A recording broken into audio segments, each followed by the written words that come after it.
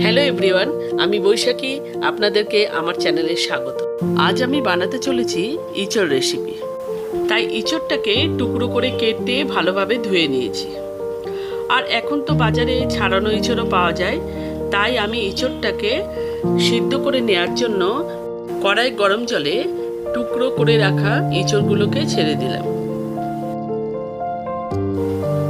1 চামচ হলুদ আর নুন দিয়ে ইঁচড়টাকে সিদ্ধ করে নেব।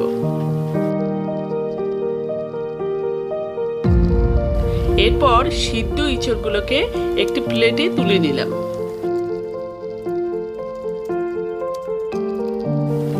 এরপর ওই একই জলে টুকরো করে রাখা আলুগুলোকে সিদ্ধ করে নেব। আলুগুলো সিদ্ধ হয়ে গেছে। এরপর সিদ্ধ আলুগুলোকে তুলে নিলাম।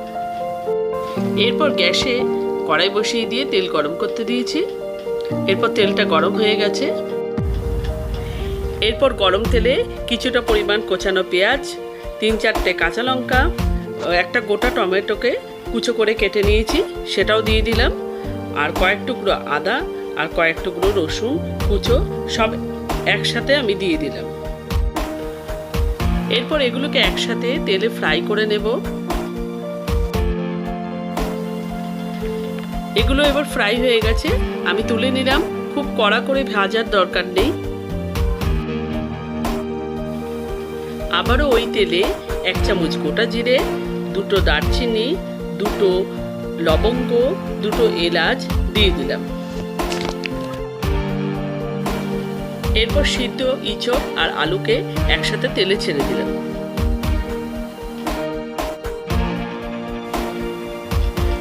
এরপর 1 চামচ হলুদ দিয়ে ভালোভাবে নাড়াচাড়া করে ঢাকা চাপা দিয়ে দিলাম। এরপর 5-7 মিনিট বাদে ঢাকাটা খুলে নিলাম।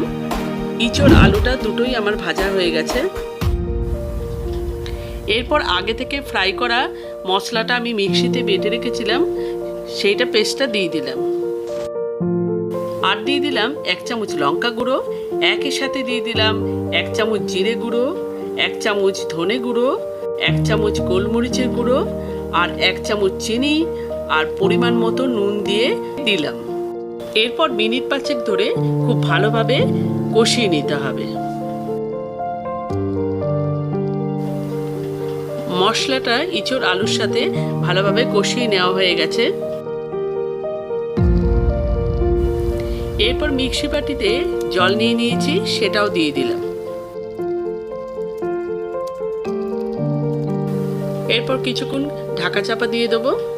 দেখুন বন্ধুরা, আপনাদের 5-7 মিনিট বাদে দেখাচ্ছি। দেখুন দেখতে কেমন হয়েছে।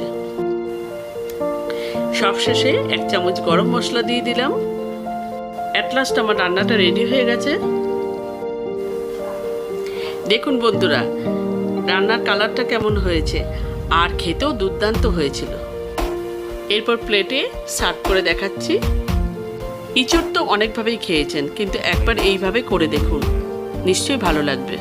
আমার ভিডিও দেখে যদি আপনারা উপকৃত হন, তাহলে চ্যানেলটাকে করে দেবেন সাবস্ক্রাইব আর একটা লাইক করে দেবেন। Till then, take care, bye by.